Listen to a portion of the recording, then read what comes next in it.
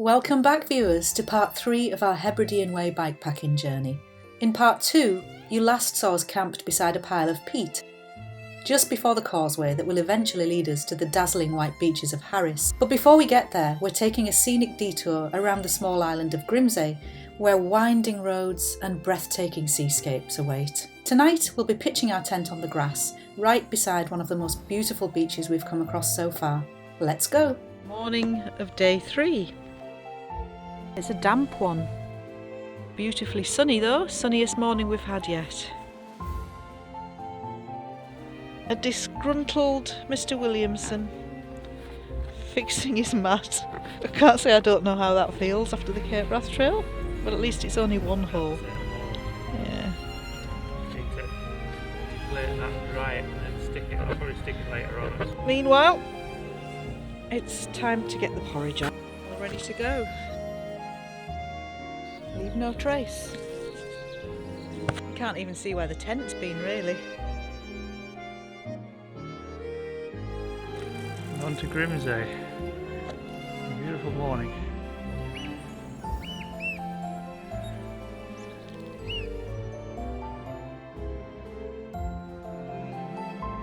This tiny island on the east coast, with its rugged landscapes and charming little fishing port, turned out to be one of our favourite detours. The detour around Grimsay is a 6-mile loop around the island.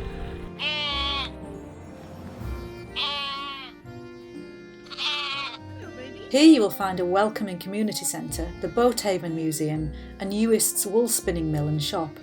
There's a cafe and the biggest gem of all, a shellfish shop, though much to my disappointment it was closed. We were just a bit too early. Still, the visit was well worth it for the cracking views across the water. Oh, look at that. That's a photo. Look at that.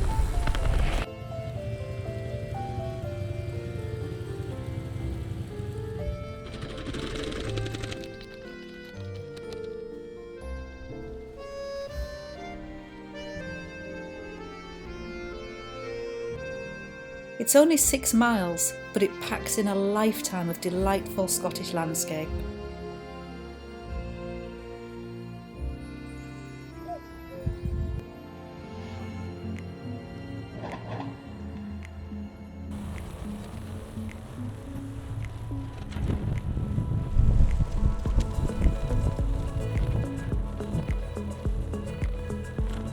Another causeway and bridge. Look at the mudflats on that. Aye, this one's so. Yes, it seems I've reached the stage of life where mud gets a wolf whistle.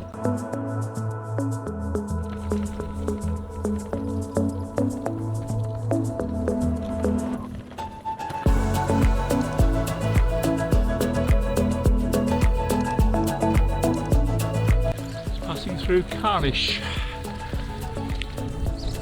North Uist. The Bayhead shop. Just provided us with coffee this morning, much needed. This is a really nice discovery. The Uist Community Garden at Bayhead is a lovely little oasis where locals grow fresh produce and share good vibes.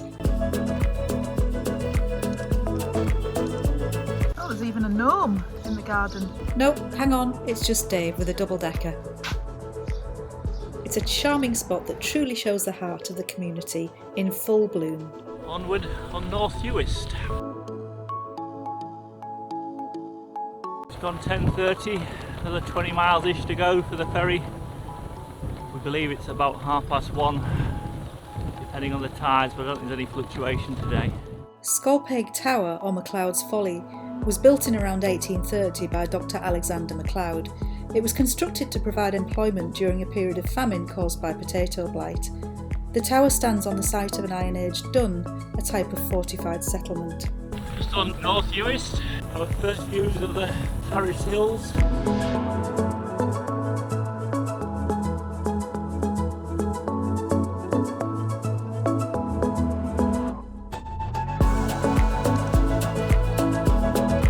One last pit stop in North Uist before making that ferry dash. Into Richard and Sarah again. Sat just next to Sue. There's a wee cottage kitchen here, which has a fantastic menu. even including scallops and Stornoway black pudding roll. This is an absolute must stop. I managed to resist the scallop and Stornoway black pudding roll, just. It's not everyone's cup of tea, but Stornoway black pudding, by the way, is the best you'll taste anywhere in the world. No contest. The road stretching on and on, a few miles away from the port. And our next ferry ride.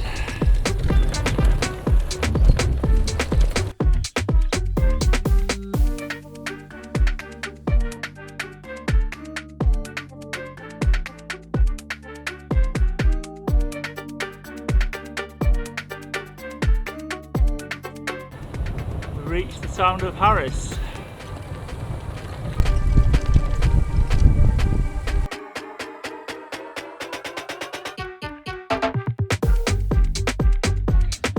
Here's our last ferry.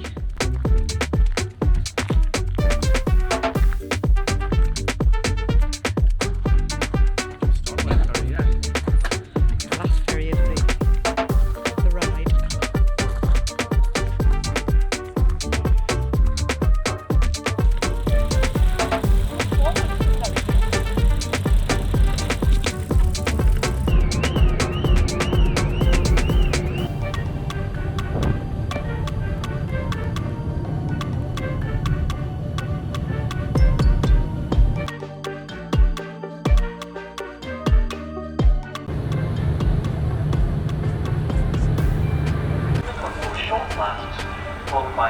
And there goes the ferry back to Uist.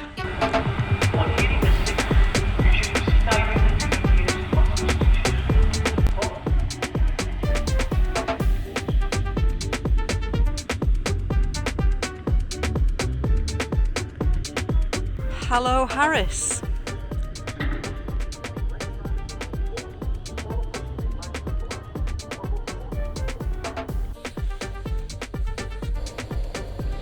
Lunch at the Harris Brewery. Cheers. Blonde.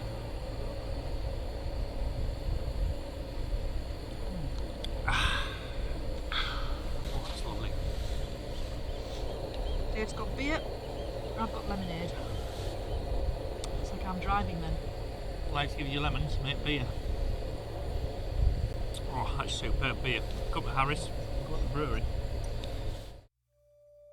After enjoying that beer just a touch too much, Dave makes another valiant attempt to stop his mattress from deflating. Hopefully no more sleepless nights. I had that sinking feeling last night. Good luck with that then. The next leg of the journey begins. As we're entering Harris.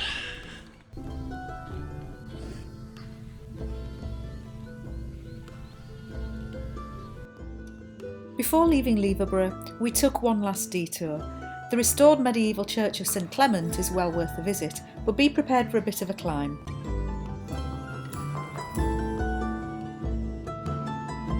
With its intricate carvings and elaborate tombs, it offered a welcome distraction for Dave from worrying about whether he'd be waking up on a deflated mattress again that night. There lies Alistair MacLeod.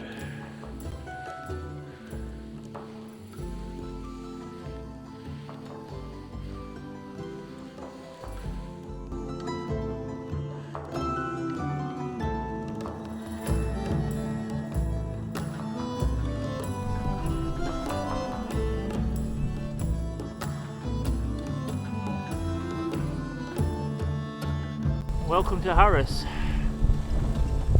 What a magnificent beach. Our final challenge, apart that is from Dave's ever-deflating mattress, was to find a pitch for the night. As it turned out, we needn't have worried. What we were about to see quite literally took our breath away. And if you're watching, Richard and Sarah, apologies, I didn't spot you as we sailed past on the bikes. That is stunning.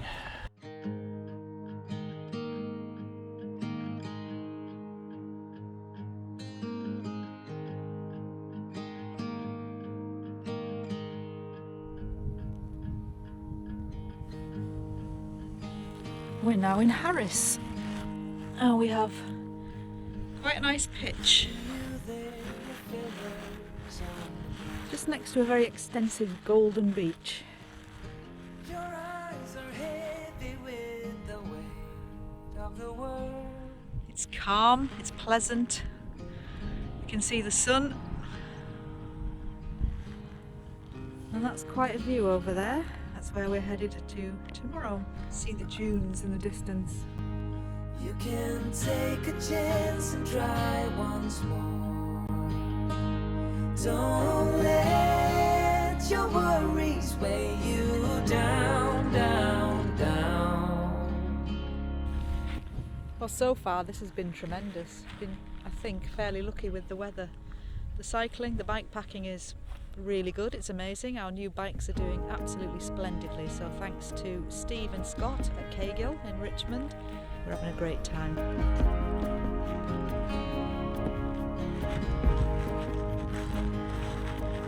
I mentioned Cahill.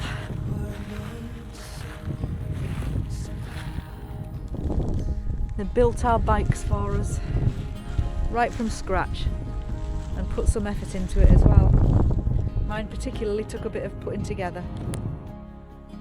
Camp at the end of day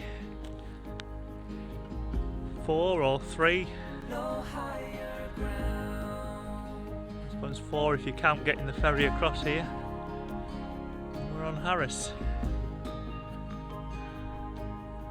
Looking round where we're camped.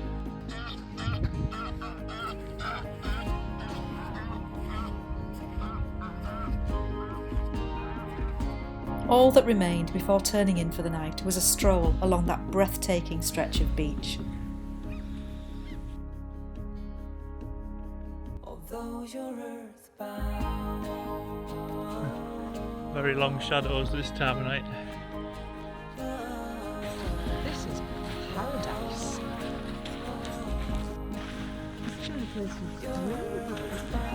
Yeah. One of those beaches where when people go for like hypnosis and sort of say, imagine somewhere, you know, like paradise, somewhere you can relax and you've got no worries or anything else, and you sort of imagine a beach like this. A mile or two on towards the dunes, Through the dunes. we came upon a simply gorgeous bay. There was even a tent pitched right on the sand. That's brave, that is. Either a bold move or somebody who really trusts the tide charts. Though I can only imagine the amount of sand they'd be spooning out of their sleeping bag by morning. That is superb. though you're earthbound.